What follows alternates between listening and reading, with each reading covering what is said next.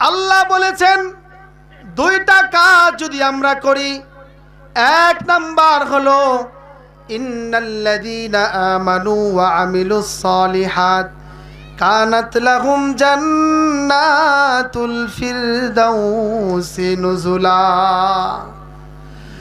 আমার প্রিয় ভাইরা, আল্লাহ বলছেন যারা দুনিয়ার মধ্যে ঈমান এনেছে আর যারা আমালে সালেহ তথা নেক আমল করেছে, ভালো কাজ করেছে, এই দুইটা কাজ যদি আমি আপনি করতে পারি, আল্লাহ বলছেন জান্নাত তো অনেক ক্যাটাগরির আছে, সব থেকে দামি জান্নাত, সব থেকে শ্রেষ্ঠ জান্নাত, সব থেকে মূল্যবান জান্নাত, আল্লাহ বলছেন এই দুইটা কাজ যদি বান্দা তোমরা করে দেখাও, আমি আল্লাহ কথা দিলাম তোমাদের জন্য জান্নাতুল ফিরদাউসের মালিক তোমাদেরকে বানায়া দিব।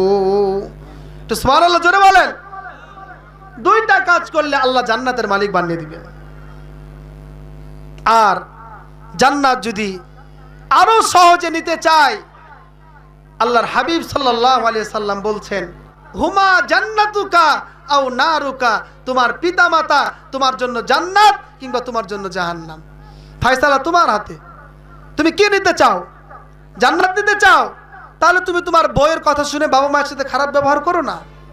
তুমি জাহান্নাম উপার্জন করতে চাও, ঠিক আছে, বাপ মাকে কষ্ট দাও। খুবই সহজ।